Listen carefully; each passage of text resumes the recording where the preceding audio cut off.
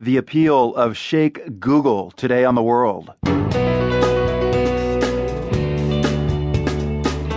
I'm Marco Werman. When young Muslims want to know more about ISIS, they turn to the internet. Sheikh Google, as one woman calls it.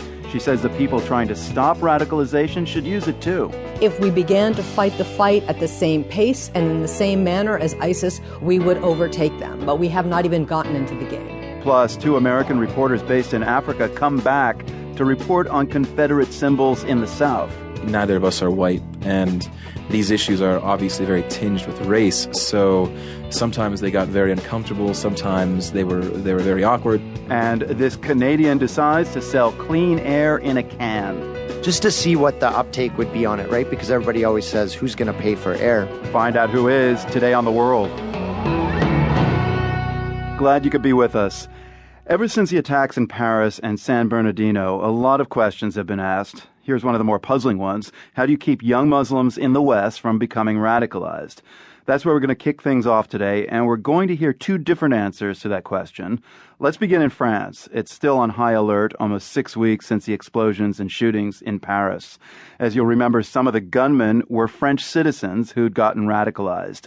So there's concern that there are more of them or that others might follow their example. But here's the story of one woman born in Morocco, and she's providing a positive role model for young people in France's immigrant suburbs. Marine Olivesi has a story from the city of Dreux. Bonjour, toutes et à tous. Latifa Ibn Ziaten introduces herself to middle and high schoolers with a single line. Alors je me présente. Je suis la maman d'Ahmed. I'm Imad's mom. The couple of hundred teenagers in front of her might not have heard that name before, but they all know the name of the guy who killed him, and Latifa doesn't shy away from it. Il est assassiné par Mohamed Marrah. Mohamed Marrah, il a assassiné 7 victimes. In March 2012, Mohamed Merah, a Frenchman of Algerian descent, killed 7 people in a series of shootings, including 3 children at a Jewish school. Merah's killing spree and the manhunt that followed marked the beginning of a bad streak. French-born, radicalized young men going to war against their own country.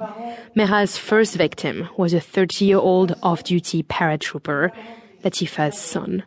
She's been crisscrossing the country ever since, touring schools and prisons. She always tells her story standing up, a tribute to her son who refused to lie down before Merah shot him. And she tells it from the day she arrived in France. Moi, quand je suis rentrée du Maroc, j'avais 17 ans. I came from Morocco when I was 17. France took me in. My neighbors helped me out. They taught me how to speak and write the language. Then my husband and I started a family. We had 5 kids. That was my dream, but also a responsibility. I worked the whole time to pay for my kids' clothes, private lessons, vacations. They grew up with a lot of dignity, respect, and love. They were my pride. Mohamed Merah robbed me of that success. Latifa says life was tough, but it was easier back then to integrate. The neighbors she talks about were French. Now most immigrants live in ghettos, isolated, which gives them little chance to learn the codes of their new country. And their children often grew up feeling like second-class citizens. But Latifa says it's not just society that fails kids like Mohamed Merah. His dad failed him when he abandoned the family.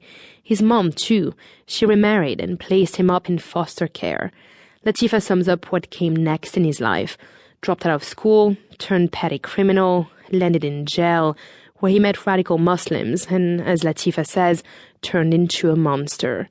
And after the shootings, kids in the suburbs made him the poster child of a lost generation. Il fallait aller sur le lieu, voir où il a grandi Merah.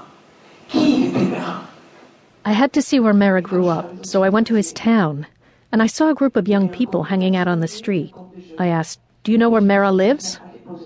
One of them smiled and said, "Mohamed Merah is a martyr. He's a hero of Islam. He brought France to his knees." When I heard that, it was like my son was killed a second time. I looked at them and said, "Do you know who you're talking to? I'm Imad's mom. Merah is no martyr. He's no hero. He's an assassin."